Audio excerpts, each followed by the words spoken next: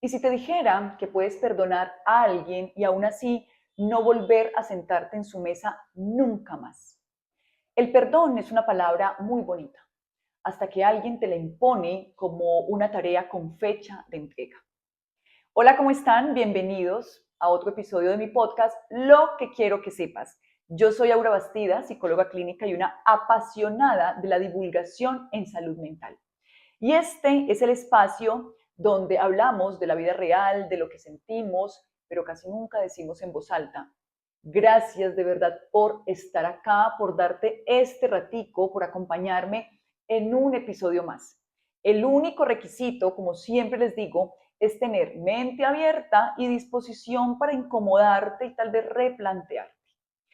Y hoy nos vamos a incomodar bastante, porque el tema de hoy nos lo han tratado de vender durante siglos y metérnoslo por las venas como un mandato muy rígido, el perdón.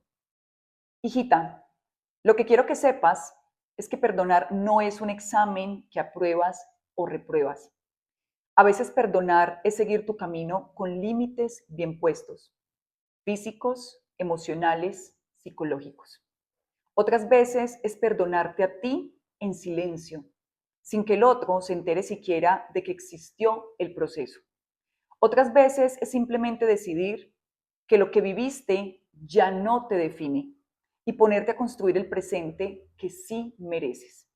Y otras veces lo único que necesitas entender es que lo que te hicieron no lo merecías, que no fue tu culpa y que eso habla de los valores de quien te lastimó, no de los tuyos. Quiero que crezcas sabiendo que el perdón no es una casilla que marcas para ser buena persona. Te lo pregunto directamente. ¿Cuántas veces te han dicho tienes que perdonar? Como si fuera tal vez un trámite de notaría con una fecha de vencimiento, sin que te pregunten primero cómo estás. ¿Cuántas veces sentiste que perdonar rápido te hacía buena persona y no perdonar o tardarte te hacía ver como rencorosa, amargada, estancada? Miren, con esa pregunta creo que ya queda expuesta un poco la trampa. Nos enseñaron el perdón como obligación y casi nada como proceso. Para entender por qué, me parece que vale la pena empezar por la filosofía que lleva siglos dándole vueltas a esto. Hannah Arendt decía que perdonar es el único acto capaz de liberarnos del peso de una acción irreversible. Lo que pasó, pasó, no se puede deshacer, pero el perdón evita que quedemos encadenados a eso para siempre. Jacques Derrida iba un poquito más lejos, hablaba de un perdón casi imposible, porque perdonar lo que ya era fácil disculpar no tiene mucho mérito. El verdadero desafío es perdonar lo imperdonable. Pero miren, ninguno de los dos dijo que perdonar signifique reconciliarte con quien te dañó.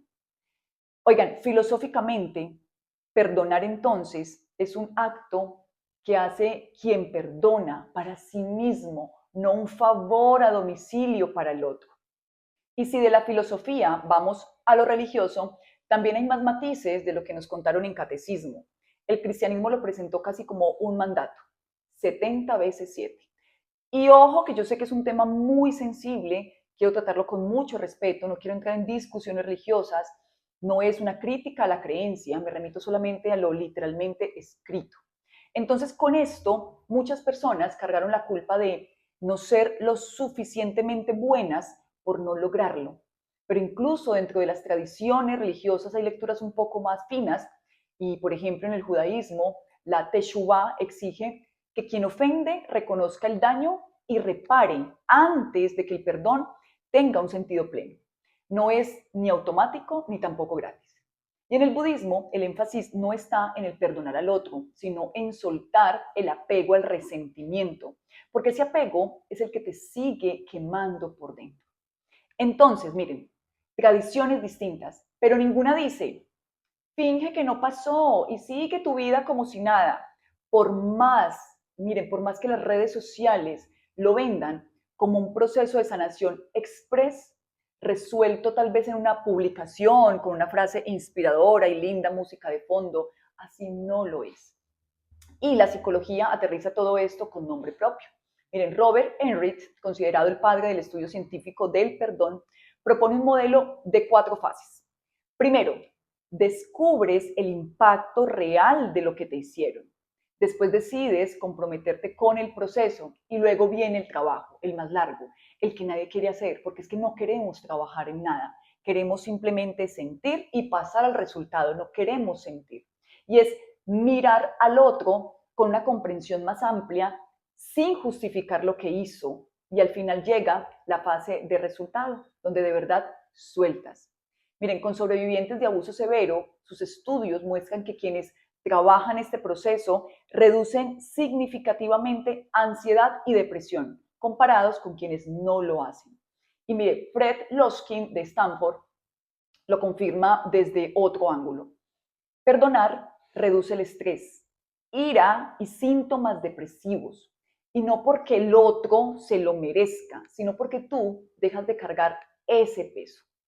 El perdón entonces, bien entendido, es más un regalo para tu sistema nervioso que un regalo para el otro. Miren, y eso tiene una traducción directa en el cuerpo. ¿Qué pasa en tu cerebro cuando te obligas a perdonar sin estar listo? Miren, el resentimiento sostenido mantiene activa la amígdala y el eje del estrés. Cortisol arriba, cuerpo en alerta, como si el peligro siguiera presente aunque ya pasó. Pero cuando perdonas de la boca para afuera, sin procesar lo que sentiste, el cerebro no lo registra como resolución. Sigue guardando la alerta, solo que ahora le sumas carga extra de reprimir lo que sí sentiste. Es como ponerle una curita a una fractura. Everett Worthington, otro referente de este campo, encontró que el perdón genuino sí se asocia con menor cortisol y mejor regulación cardiovascular. La palabra clave es genuino. El perdón impuesto, apresurado, de vitrina, no le hace ese favor a tu cuerpo. Tu sistema nervioso no se deja engañar con discursos bonitos. Entonces, no funciona de esa forma. Miren, bajemos todo esto a la cotidianidad porque ahí es donde más se nota. Está la persona que perdona a los 3 días porque hay que ser buen ser humano y termina repitiendo el ciclo con la misma persona porque nunca soltó de verdad, solo lo enterró vivo. Está la que jamás perdonó en voz alta, pero un día se da cuenta de que ya no le duele, de que ya no rumia la historia, ya siguió, y eso también es perdón, aunque no tenga un discurso ni escena de reconciliación. Y también está otro, el que confunde perdonar con quedarse. Entonces escuchamos, ya lo perdoné, por eso volví con él. Cuando perdonar y permitir que te sigan haciendo daño son 2 cosas completamente distintas. Miren, puedes perdonar a tu mamá, a tu papá, a tu ex, a tu amiga y aún así no volver a sentarte en su mesa. Porque uno es un asunto interno y el otro es una decisión de con quién compartes tu vida. Y está también quien todavía no ha perdonado y no pasa nada. Sigue en su proceso y eso no lo hace una mala persona ni alguien atascado espiritualmente. Es solo alguien sanando a su propio ritmo sin que nadie más le ponga cronómetro. Bueno, y ya con todo esto sobre la mesa acaban mis 3 recomendaciones. Es mi punto de vista y ojo, son generalidades. Primero, perdona cuando sea para ti, no para quedar bien.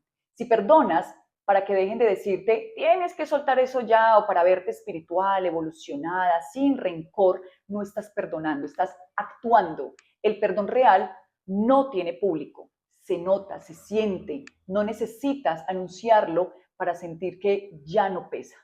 Segundo, separa el perdón de la reconciliación y de la permanencia.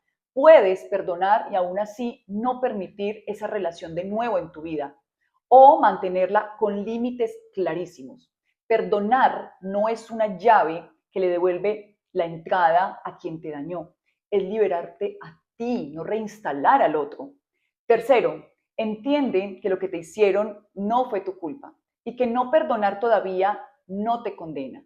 No hay fecha límite, no hay una versión más madura de ti por perdonar rápido.